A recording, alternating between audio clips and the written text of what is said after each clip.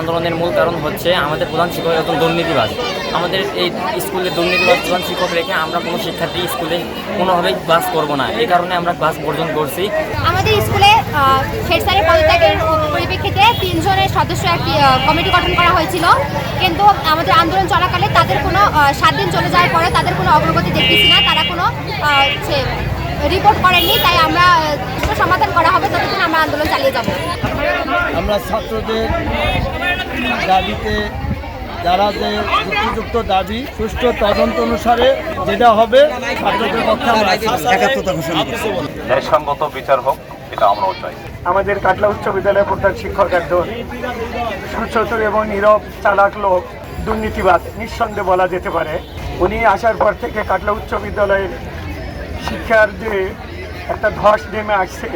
আমি এই স্কুলে পড়াশোনা করে গেছি, তখন যে কী অবস্থা ছিল আর এখন একেবারেই দুর্বিষহ আর কি। এবং কাটলা হাই স্কুলের আমাদের অন্তর্নিহিত আর কি স্টাফদের বেতন, উৎসব ভাতা আরও অন্যান্য অনেক বকেয়া পড়ে আছে। ওনার হাতে অর্থ থাকা সত্ত্বেও আমাদেরকে দীর্ঘ 5 বছর আংশিক এই অর্থ দেওয়ার পরে এখন দেখা যাচ্ছে তার কাছে প্রায় কোটির সমকক্ষ টাকা হাতে আছে।